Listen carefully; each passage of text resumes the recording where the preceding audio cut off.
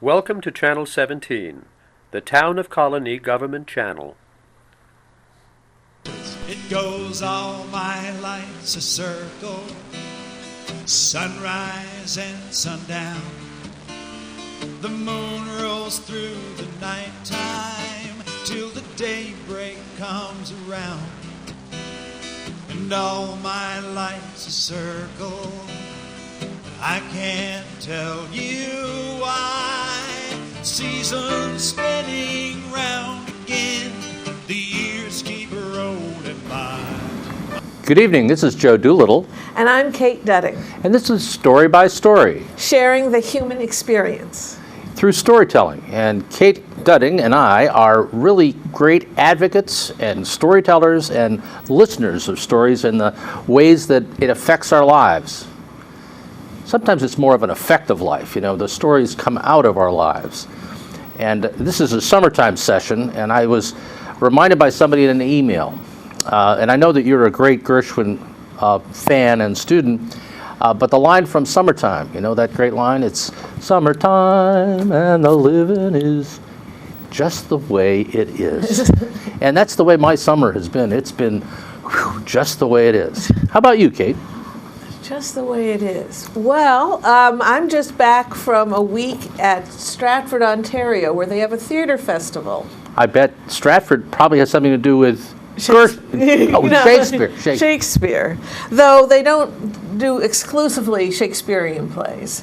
We also saw Camelot, which had a wonderful opening. Merlin comes on stage and goes, "Arthur," and holds up his arm, and a hawk flies down and lands on it.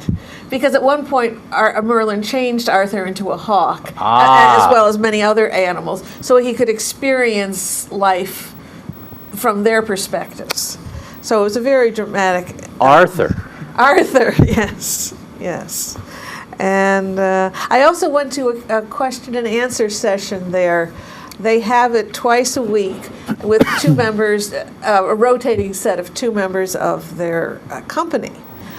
And one of the questions was, how does the role you're playing affect your own life? Aha. And one of the actresses said, who was playing in The Merry Wives of Windsor, which is two women who are very busily making a fool of Falstaff and teaching one of their husbands a lesson. And she said she was very busy at home these days, and her gardens had never looked better, and so forth.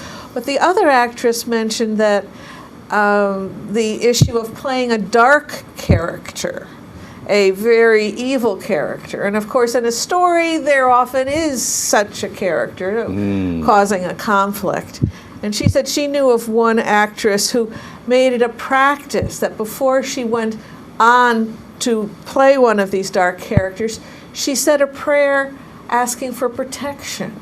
From the character? No, from God, or, a higher source. That she knew it was important that she do this work, but she knew that she also needed protection. And then she, at the end of each performance, she says a prayer of thanksgiving, that she made it through going to the dark side, if you will, but intact and not being touched by it. So I had never really thought about that, but I thought it was a very interesting way, because often we do take on a character when we're telling the story. And for the listeners, I'm going to do a little debrief, because what Kate and I just did in introducing the show was we actually told each other some stories. And Kate's stories have a couple of wonderful points of really defining moments in them. And the defining moment in a story is the part we remember. It's the part where things either get set up as a crisis or they get resolved in some affirmation. And with the story about the actress, there were two parallel stories. One good, one bad. There was the story of the resolution of how the character actually carried forward into the life of the actress by having her be such a neatnik in her garden. And then the other story was even more provocative because it sounded like the actress was afraid of her character a little bit. Well, afraid of the character taking over, I think. Yeah. And so much so that in a very real and live way, she asked for protection and prayed about the nature of the performance and its effect on her. So if you don't think stories have an effect on your daily life, think again. Yeah. Another, at a previous year, one of the actors there said, dropping a name, I remember when Maggie Smith was here in the 50s, going over to her house for lunch. And as I arrived, I passed her two sons, and I heard one say to the other, Mom's playing Lady Macbeth tonight. Let's go fishing now. There's a defining moment if I ever heard one. Yeah. So again, the dark character and seeing that it was going to bleed out, and yes, so a more humorous look at that side. I just share with you and the audience that sometimes when we mention storytelling, it's an amorphous idea, but it's not so amorphous when you begin to realize it's the way we actually communicate on what we've experienced and how we've done it. And in a more formal way, when you think about it, it's the way we teach each other. Kate's story taught us about good and bad. It taught us how to laugh at a hard time, Mom playing Lady Macbeth. And all those lessons come through all the little stories that we tell around our kitchen table or in the car on the way to work. And I find it to be one of the interesting things, because when we listen for stories, we listen for those moments. And I had one that I'm going to talk about. I had the benefit of being in Ireland in June with some college buddies, and Tommy O'Hare, he's a lawyer in Boston, but we went to school together, and he wrote the music for Marnie's Grace O'Malley, the Irish Pirate Queen. And he has an interest in a little house in Galway. So we went to Galway with Tommy. And I won't give you the whole story, but the defining moment was our second day there, and it's about 8:30 in the morning, and we're sitting around the kitchen table having a cup of coffee, a cup of tea. We've just finished some scrambled eggs, and I look out the window, and it's gray.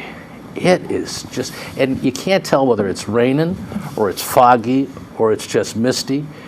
And you just looking at it and you go, oh my, I'm here on vacation and it's gray.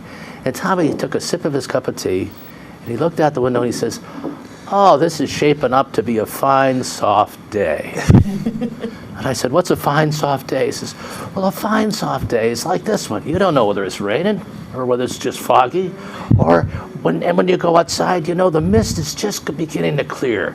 And you'll see the bay, and the bay will be like a mirror. And you'll think there's no wind at all.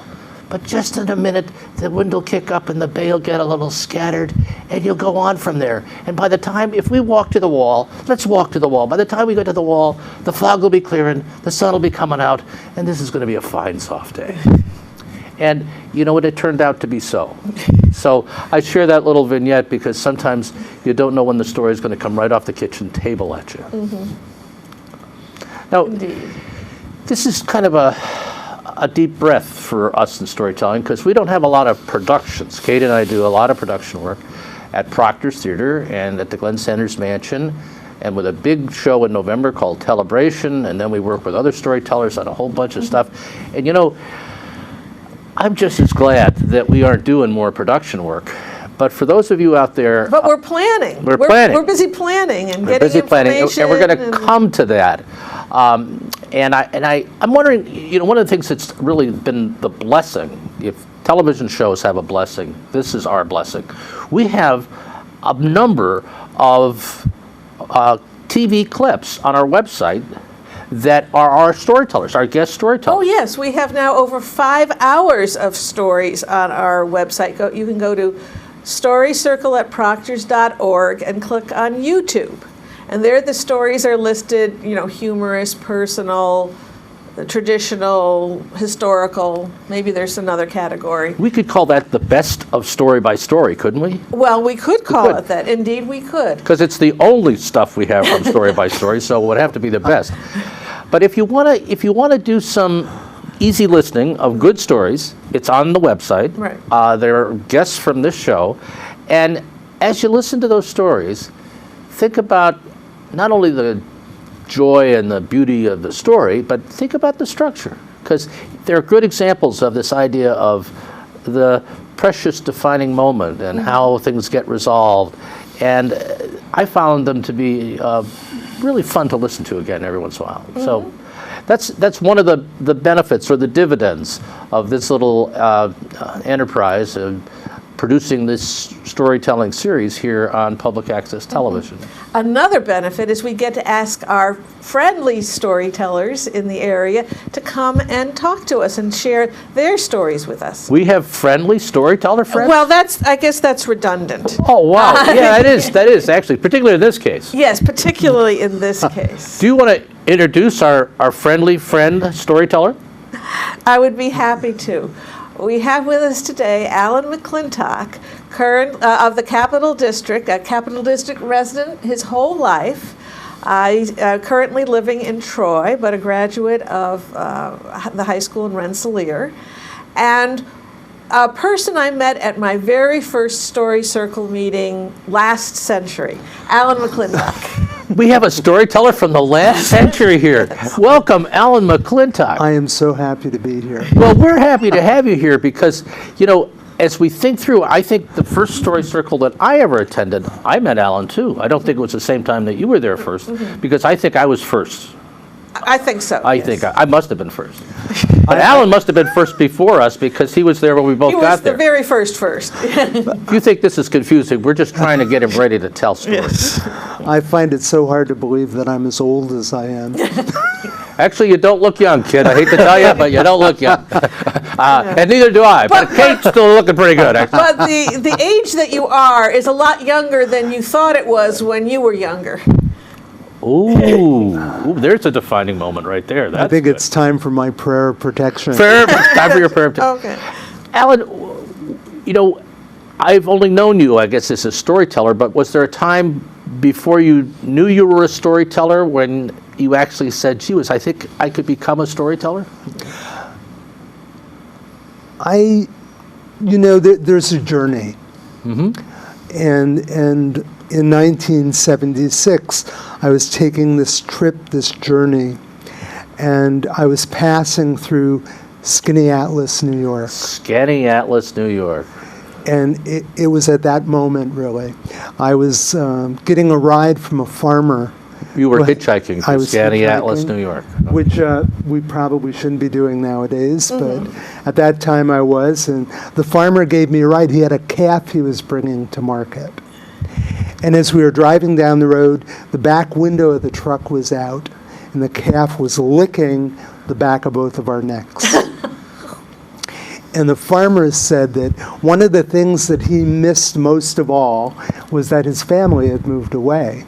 And the Sunday gatherings when people would sit around and tell stories of their week and other events that had happened to them. And when he inquired as to what I was doing, and I said that I was going out to the Pacific Northwest, he asked me if I would stop on my way back and tell him the stories of my own adventures. Whoa! And I thought, sure. And I didn't do it. You didn't do it? But when I returned, I was haunted pretty much by what he had asked me. And I saw the value and the importance of sharing stories with one another. And that really became the focal point for my involvement with Story Circle and my own career as a storyteller. So you're on your quest. I'm on my quest. You're on your quest on your thumb. On my thumb. And you get a ride with a farmer, and the calf licks your neck. You tell him what your quest is, and he invites you home. Right.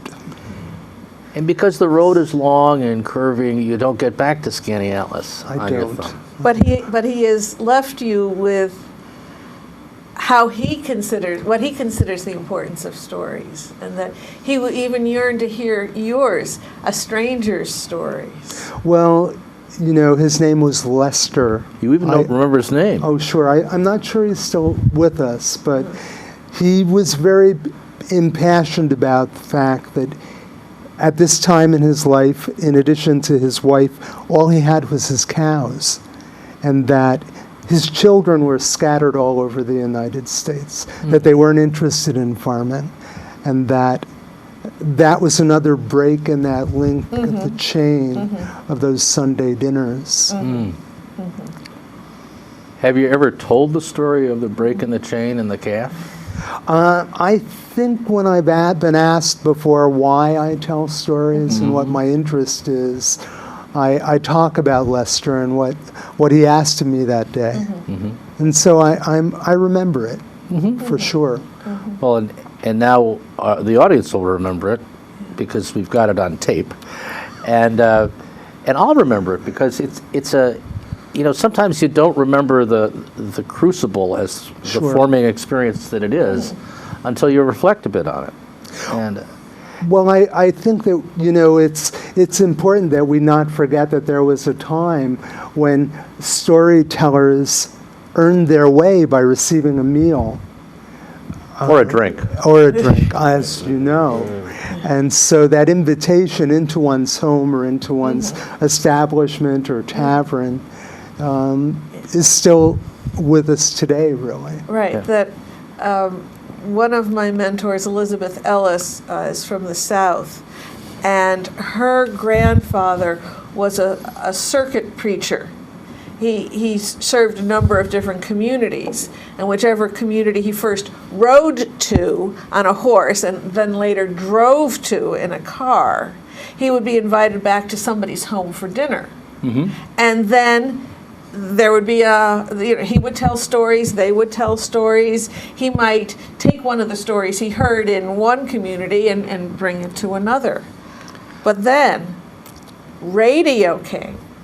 And he told his granddaughter it was never the same after radio. He might be in the middle of a story and somebody said, "Oh, sorry, Jack Benny's coming on." But Vistin was a term, and Vistin, and it's still very important to listen to each other's stories. And two kind of references on this conversation, just briefly. One is a book by, and I'm blocking on the author, but if you Google Ireland on Amazon.com or Barnes & Noble, Ireland is a book about an Irish storyteller. Frank Delaney? Frank Delaney, I think you're right. And it's a wonderful example of that time just before radio in Ireland, and the presence of the storyteller, the traveling storyteller. The other book that's really one I've used in some of my stories and in some of my lecturing about storytelling is a book by Barry Lopez called Crow and Weasel, which is about the quest of two Indian braves and how on their way back from the quest they make it to Skaneateles and they meet a character who asks them to tell their stories. And that's a riveting part of the book and a good reference for those of us who believe in the power of the story being part of life. And I had those two reflections as you were talking, Alan, so I just kind of shared it. Well, I would like to believe that when I share stories, I'm always visiting Skaneateles, and I'm always visiting with Lester. And you're honoring his memory. I hope so. Yes. I hope so. Now, could you honor his memory by sharing a story with us right now? What a great idea. What an introduction, Kate. How wonderful was that? Sure. Let me see. Long ago, near the beginning of time, there was only the lake and the sun. It was a quiet time. They enjoyed one another's company. Lake liked nothing better than to feel sun's rays upon her waters. And the sun took joy in that explosion of light and the reflection. But then one day a stranger came, standing off in the mist. And Lake called out, "Come, join us. Share with us who you are." But the stranger didn't say anything. And she said again, "Who are you?" And the stranger finally said that he was loneliness. Well, the lake became agitated because loneliness would not come forward.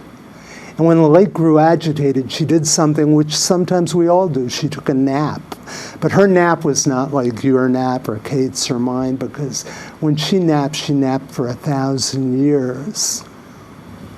And during her nap, she had a dream. She dreamed that her body was filled with fish that were various shapes and sizes and colors. And when she awoke 1,000 years later, it was so. Her body was teeming with fish, and they roiled through her waters. And as the sun shone down on the lake, there was an explosion of light and color. Loneliness was enraged. He stomped forward, and he transformed himself into a serpent. And he thrashed his tail upon Lake's waters, and the fish swam deep into her depths. Well, once again, the lake grew angry, agitated, and fell into another sleep. And during this 1,000 years, she dreamt of the sky and those beings that we call clouds. And she dreamt that she was surrounded by a ring of peaks and mountains, and their slopes were crowded with trees. And when she awoke, that too had come true. She looked about, and for the first time she saw shadows that she had never seen before. And there was the movement of the sun across the sky for the very first time. And once again, loneliness grew enraged and swam deep into Lake's depths to hide from the light.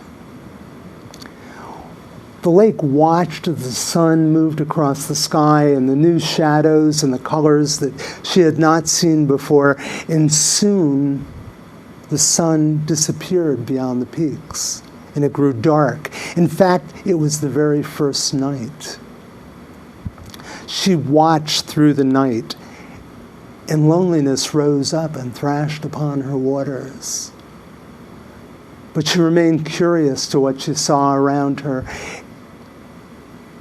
And all of a sudden, in that direction we now call east, she saw a golden ribbon appear. And the sun once again appeared. And with the sun's arrival, loneliness swam again deep into Lake's depths. And so the lake experienced the first night in the beginning of a new day. And it's been that way ever since. Now, this story was given to me by Swain Wolf, the author who lives in Montana. And I asked him if he wouldn't mind my telling it, and he said that I'd be welcome to. But he wanted me to remember to share with everyone that loneliness is our ally, and not to define loneliness as an enemy. Because it was loneliness who really was the catalyst for Lake's dreams. And so loneliness played a part in that creation as well. And that we should embrace loneliness from time to time, because loneliness could be our friend. And that's how that story goes. Thank you. This is an applause that we use in some of our interfaith story circle meetings, and I'm just applauding you. That's Oh, well, thanks. I wasn't itching my palms. So that's a literary story, It's a literary story. meaning someone created out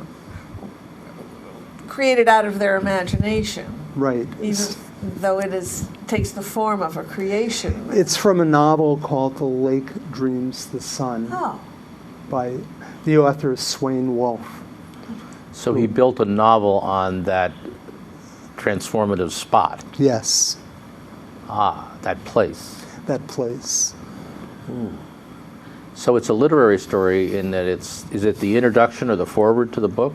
No, it doesn't appear until midway in the novel. Oh, really? At the heart of it. Oh, the heart of the book. Oh, cool. I love that. And not only did he give me permission, he actually sent me a piece of art that had the lake and dreaming the sky. And in the book, it's called The Lake Dreams Dreams. the Sky. The Lake Dreams the Sky by Swain Wolf. Wolf. So you just happened to read that book and were captivated by it? Yes, I did, and the story spoke to me. I think that we all have moments of loneliness in our lives, and sometimes we cower at those moments, but his thought that they could be creative as well was important. A lot of the stories that I tell focus on place and time and environment. And chicken feet. And chicken feet from time to time. And so I was drawn to the story because of that. And in the novel, the story is told by a Native American woman, Charlotte Red Crow. And I was attracted to the story, and he was very generous. Oh, wow. Well, it sounds like a good read, the story, and of course your story was a great story. And I'm struck by a reference from one of my sons. Both my boys have backpacked in various times, and I don't like to be alone. I'm not a Are you an extrovert? I am. Joe? I probably am. Yeah. Oh, yeah. huh. Yeah. What a surprise. But one of the guys, when I asked him why he was going alone, because I was a little bit nervous. He was going to hike up part of the long trail up from Williamstown north, and he said that he needed some time alone. And I said, alone? I get troubled alone. He says, well, maybe I don't need alone. I want some solitary time. I want some time by myself. And I'm going to bring my journal, and I'm going to walk for as long as I need, and then I'm going to come to a road, and I'll hitchhike home, and if I need a ride, I'll call. And that's what he did. And I remember that discussion of the difference between I won't be lonely, I'll be solitary, because the idea of being lonely has got that overtone that you gave in the story. The idea of being solitary is more like, you're in the woods and all that other stuff. You need to visit with yourself. Right. And and certainly Lake was visiting with herself as she became generative, which is the story. So that is a good story. And you just picked that up from the novel and kind of followed it. I did. We're going to take a break, Alan, and we want to get you ready for another story, because all right, I'd like fine, you to. Thank you. We'd like you to tell another story, and I want to turn to just a couple of the events that are coming up with our storytelling program and other things in the month of September, because summer will be over, and it will be those precious days, those precious few days of September. And we have a couple of really interesting programs that are happening then. And the first is the kickoff of our 13th season at the Glenn Sanders Mansion. Right. And it's hard to believe that we've been at this 13 years, but we really have. And next September, we should be doing our 100th performance at the Glenn Sanders Mansion. Wow. So we're at the 90. Okay. Yeah.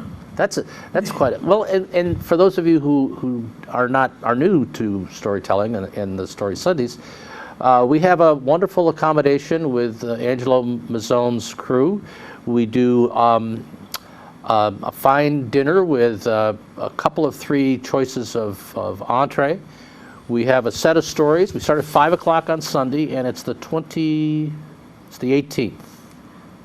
I don't know exactly, Joe. You didn't give me a heads up on this, and my calendar's over there. But it's on our website. It's the 18th of September at 5 o'clock at the Glenn Sanders Mansion.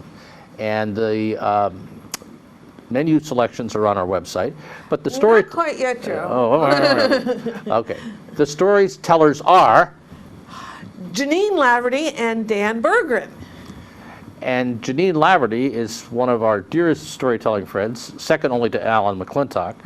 Well, she in fact inspired the creation of our story circle at the Capital District. She did. Because she gave a week-long workshop up at Sagamore, and 3 of her students, Nancy Gifford, Lois Foyt Hodges, and Betsy Becky Holder. Holder, decided this was not enough, just that 1 week. They wanted it to continue, so they created Story Circle of the Capital District. So Janine Laverty, Dan Berggren, who is an Adirondack folk singer now living in Ballston Spa. And Dan is well known for his songs and also his stories and songs. Because Dan's story is he grew up, actually graduated from high school in Minerva, New York, which is not a very big place. It's near Newcomb, which is not a very big place, in the Adirondacks, just south of the High Peaks. And he moved there from Brooklyn, New York when he was 13. So he went from a high school of like 4,000 to 200. And I think that was the whole school. So I think there were 16 people in his graduating class. Mm-hmm. But he had spent his summers there, I believe, Right. in a family home. And he weaves those experiences and stories into his songs. And he and Janine together are just great. Mm-hmm. And we encourage you to, if you've not been before, to try out Story Sundays on the 18th. 384-1700 if you want to make a reservation. And just a little preview in October, we have lined up my mentor, Elizabeth Ellis, and I believe it's October 25th, but I'm not positive. The actual date's on the website. And she's going to be doing a program that you don't know about yet. What was her name? Stories of heroic women. Stories that you don't know. So I heard her tell that program 11 years ago at the Northern Appalachian Storytelling Festival. And I went, gee, I'd like to hear those stories again. And Elizabeth has a way of translating the precious moments in life into stories that do stay with you for a long time. So that'll be a good program. And we also have our first word plays at Proctor's. Right. Coming up in September.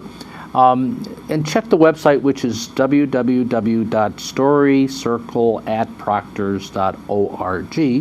And all that information will be on there, as well as links to not only the webcasts or the TV clips, but also to many other informative spots about storytelling around the region and the nation. And there's a series in Fort Hunter called Not Just for Kids Storytelling, and you can just Google on that, put in quotes, Not Just for Kids Storytelling, and you'll get to their website. They have 6 Sundays of free storytelling coming up there. And you can, mostly out-of-town storytellers, and with one local storyteller, and I can't remember who that is this year. Janine or maybe Nancy Payne, I can't remember. Yeah, but they're all very fine storytellers. And Schoharie Crossing is one of the best surprises in the Capital Region. It's a delightful spot, and it's at the juncture of the Schoharie Creek and the Mohawk River, and you've got access to the river in a couple of different places in the park, and some vestiges of the old Erie Canal, an old lock keeper's house. It's a fascinating time, a great place for a picnic, and then have the stories at 6 o'clock on Sundays in August. They can be your dessert. Your just desserts. Your just desserts, right. And the Schoharie Crossing is not because of the river meeting, it's because the Erie Canal crossed there, initially by being dragged along the bottom of the Schoharie Creek, and 20 years later they built an aqueduct. And that remnants of that aqueduct are still there in these beautiful arches made of stone that are in the middle of the Schoharie Creek. An aqueduct carries water, and in the case of the Erie Canal, it carried water that the barges floated on. So it's over the river. it's if you've never heard of it before, it's for me when I first moved here, it was a concept that I struggled with. That a bridge over the river I was fine with, but a bridge with water in it that had boats on it was I had to think of railroad bridge. Well, I've told stories on it at Canal Days at Schoharie Crossing, and I tell stories about the canal, and just a little bit of trivia. They didn't get that aqueduct built until 1840, which was like 14 years after the canal was started. And when they built it, since it raised the level of the canal from down here on the river to way up high, they actually had to redesign and rebuild the Erie Canal 10 miles east and west of Schoharie to make that fit. Raising the level gradually enough to right, and it's that itself was quite a bit of engineering. And when you think at the time, we didn't have many or any graduate engineers in the whole country, that the process of figuring that out and doing it was done in dialogue between the people who'd been hired to do the job and some of the new faculty at Union College and at RPI, because collectively they'd figure it out and apply it to practice in the canal. So one of the things that happened with the Erie Canal was that we actually created several different colleges of engineering because no one knew how to build a canal when we started. And I think that's one of the nice, every time I see that aqueduct I say, holy crow. Yeah. A lot happened there. And the father of civil engineering, Squire Whipple, was a graduate of Union College, as I am. And he was the first person he was involved in building the metal bridges that went across the expansion of the Erie Canal when they widened it. He was the first person to measure the strength of metal. That metal, you can form metal by heating it up and putting it in a mold. That's one way. You can have metal and you can beat it into shape. That's another way of doing it. Well, the way you form it affects the strength. And he was the first one to think of, well, let's measure the strength of metal made different ways and different thicknesses. Oh, wow. Before that, bridge makers kind of said, well, we'll try this. And it worked over here, so I guess if we just change it a little bit, it should work over here. A little loosey-goosey for me. Well, now if you want some of those stories, they're in the visitor center at Schoharie Crossing Historic Site. And I encourage you to visit there sometime in the rest of the summer, because the stories they just bubble up, and they're good references, and it's a great opportunity for families to make some of your own memories and make up some of your own stories. Alan, have you made up a story for us? No. Okay. Or do you have another one to tell anyway? I'd love to share another story. A lot of the stories that I tell relate to beginnings and new beginnings, and this is another one of those stories that reflects on beginnings. Long ago, when it was dark, it was so dark that the earth was black and the sky was a dark midnight blue. There was an old man. He was making his way through the forest, half blinded by the limbs of trees. In one outstretched hand, he held a small lantern, and in it there was a candle that burned lower and lower. And with his other hand, he pulled himself along as though he were rowing through the great wood. The man, by the looks of him, had once been tall, but now his back was bowed as though he were carrying a sack of grain. His beard and hair were long and gray, matted, and filled with twigs and moss and grass. His nails were uncut, and the nail beds were filled with soil. His skin was wrinkled and furrowed and hung in furbelows from his neck and his armpits. Why, with every step the man took, the bones in his feet burned, and the joints of his knees screamed out to mock the call of the screech owl in the dark wood. the man labored. You could see his heart vibrating in his chest. You could hear his panting as he looked out into the darkness. And there in the distance he saw a twinkling light. And he thought, a hearth, a home, a meal. And he decided at that moment that he would make his way across the dark forest to the home. It took a very long time. He fell and pulled himself along, and soon he arrived at the cabin, just as his candle burned out. He pulled himself up the stairs and was about to knock on the door when he fell forward, pushing the door open, and he spilled onto the floor of the cabin. And there, near a hearth fire, there sat a woman in a rocking chair, knitting. She set down her knitting and she looked at the man. She had a long, thick braid that fell almost to the floor. She ran to the man and she picked him up as though he were her own child. She carried him back to the rocker and she began to rock him there, and she soothed his brow with her hand, saying, there now, there. The night passed, and soon the midnight hour came, and the old man was gone. And there on her lap there was a young man, sleeping, fit and trim, blonde hair, cuddled up, and still the woman rocked. She rocked through the night, and it was almost dawn, and there in her lap the young man was gone, and there was a child. A little boy all curled up, his fist balled and held close to his chest. His cheeks were red, rouge-like.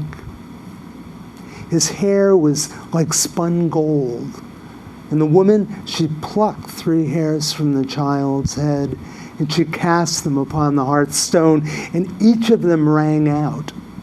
And when the 3rd ring diminished into silence, the little boy woke up, rubbing his eyes. He had the bluest eyes. He looked up at the woman and smiled and slid down from her lap and made his way to the door. He turned back one more time as if to say goodbye, and he pulled the door open and he leapt into the sky to become the new day's sun. And so it has been ever since, a new beginning at the end of every night. Thank you. Oh.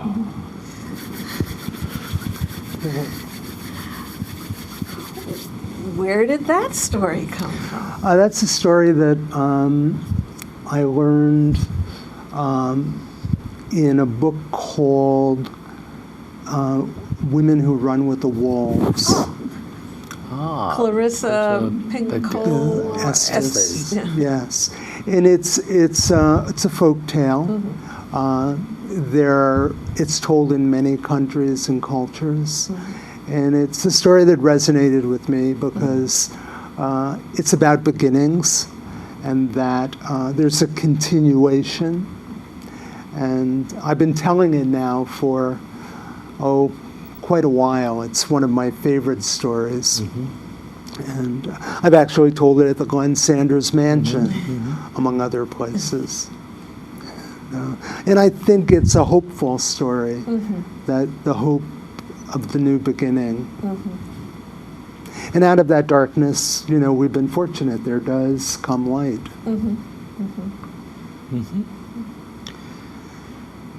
Now, when I think back to my beginning in storytelling, you were there telling, it was a Selkie tale. It was the first time I'd heard that, and really brought me into the kind of the power and the nature of what story could do. So, and you were also at Kate's first gathering of Story Circle. So tell us a little bit about how, maybe the question, Alan, is how many times have you begun as a storyteller or as Alan? You seem to have a focus on new beginnings, and I'm just curious. I would have to say that each day is a new beginning. Each moment is a new beginning. Each breath is a new beginning. And so, in the world of storytelling, and, every story is told differently from time to time. For me, that's a new beginning as well. The stories that I told at the Story Circle in the past were stories, again, that resonated with me because they were about place. And if you know me at all, you know that I like to focus on the environment and our relationship to that as well. So not only are my stories about beginnings, but they're about the significance of place as well, and our relationship. Right? And I do think that stories are, in effect, about relationships.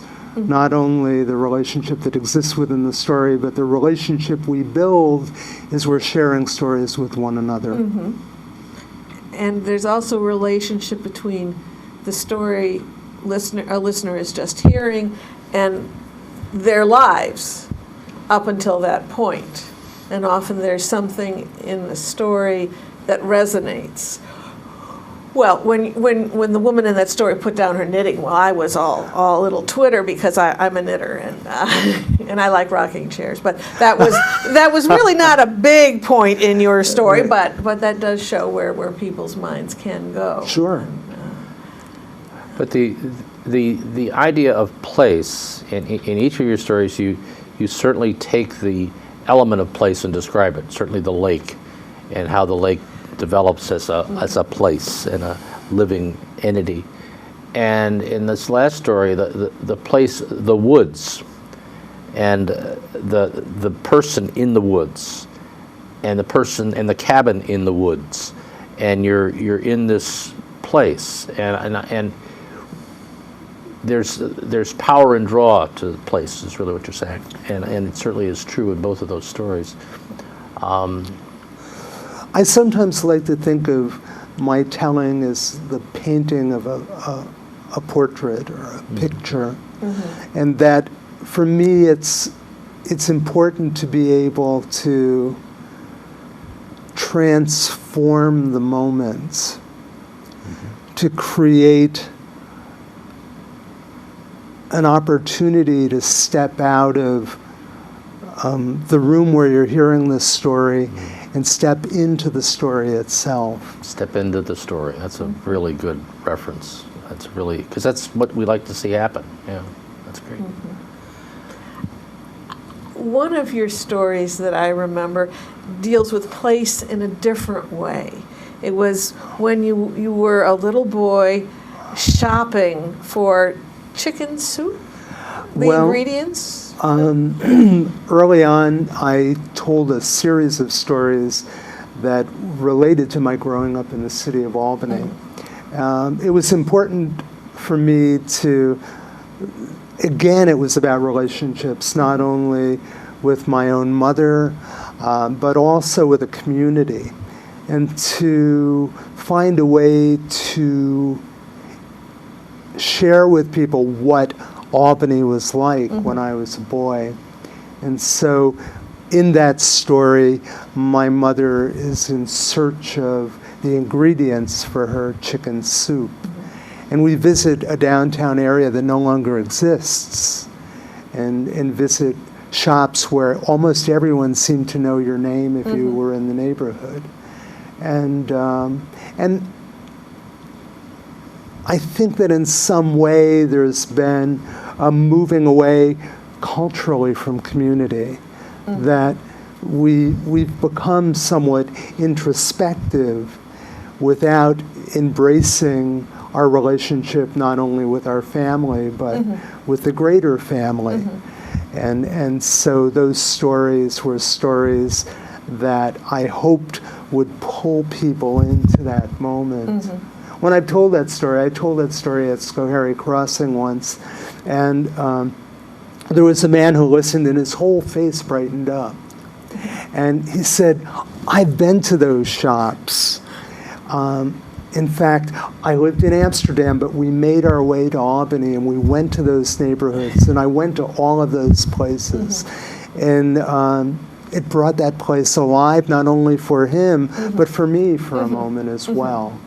And that's another one of the values of storytelling. And other listeners, if they had experienced that feeling of community, even though maybe they had never experienced it in Albany, your story would have still resonated with them, transplanted to wherever they had been living. I know that that afternoon at Schoharie Crossing, I also shared a story about my great uncle Jacob the Ragman. And all of a sudden, people in the audience said, "We used to have a ragman," and they talked about Kirk Douglas's father, Who was the ragman? Yeah. the ragman, and their remembrance of him, and so that's another way in which stories can convey that connection, And bring back memories that are buried, I guess, in people's lives. Well, sometimes we lose touch, Kate, that, we grew up at a time when, and I know this will make us sound very, very old, but when there were horses that were still on the streets. Maybe Pulling you. the Freihoffer's Maybe truck. you. Pulling the Freihoffer's truck, Joe remembers. And so, when I shared the stories about horses in the city of Albany, people kind of look at me like, well, you must be an ancient. And I'll go, no, you'll find this hard to believe, but it was in the 1950s that there were horses in the city of Albany. And in Schenectady as well. Not so much where I grew up in Southern Connecticut. Well, that was Southern Connecticut. Oh, yeah. exactly. Yeah. That's Yeah. the excuse. Yeah, what could I say? The other the other reflection I have is often, the concept of place, and I tell a story about place names because Native people had a sense of things in balance. The Hebrews called it shalom. And I use the reference of Haledi, which is actually a Northwestern Indian tribe reference, about having everything right or having a situation in balance, that sense. And it's a wonderful reference because there are certain places in your lives, in all of our lives, where we have those special places of balance, where things are all right, where things are in shalom or in Haledi. And that's a story in and of itself. So I'm identifying with your sense of place to root your stories, and I'm encouraging you out in the audience to think about places in your life that resonate as part of your story, or as part of the protection, or as part of the reference. And when you think through the stories that Alan's told, think about loneliness on the side of the lake, not in the water yet, but on the side of the lake. Think about the woman dropping her knitting in a rocking chair next to the fire. So the places we put things in our lives and in our stories seem to matter. And just as a reference on that whole wonderful that was generative for me too. I have a story about a place and time. We could go with a place and time. Place and time? Okay. And it starts this way. It ain't necessarily so. It ain't necessarily so. The things that you're liable to read in the Bible, it ain't necessarily so. And as you mentioned earlier, summertime and the living is easy. Fish are jumping and the cotton is high.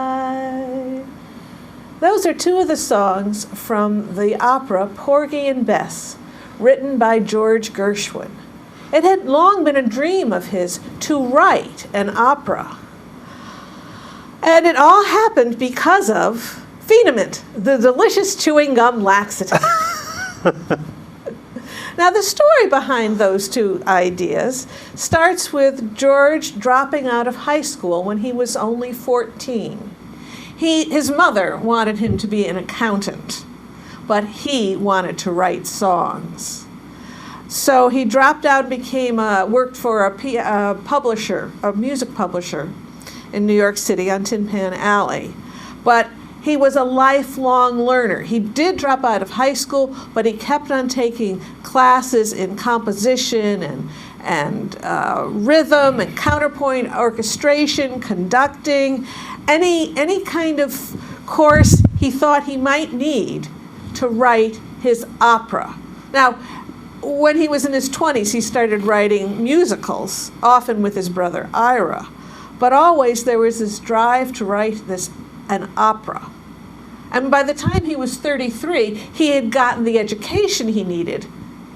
Then he needed the money. He told his friends, I want to take a year off and just concentrate on writing my opera. But he didn't know quite how to finance that until an opportunity came up. An opportunity to have 2 15-minute radio shows a week. And the sponsor was Phenamint, the delicious chewing gum laxative. His friends were appalled. George, this is so demeaning, a laxative? Not at all, he told them. They are paying me good money. They were paying him $2,000 a week. This is in 1934, when most people weren't making $2,000 a year. They were paying him $2,000 a week for 2 15-minute radio shows. They're paying me good money to broadcast my music into homes all across America. This is going to finance my year off to write my opera. And while most composers say they're going to write an opera, George did. He wrote Porgy and Bess over 70 years ago, and it's an opera that is still performed today. I think that's pretty good for a high school dropout. Of course, he was a lifelong learner. So the next time you hear any music from Porgy and Bess, I'd like you to remember that without the sponsor, Phenamint, the delicious chewing gum laxative, Porgy and Bess never would have happened. Well, you have given sponsorship a whole new reference. I just want you to know.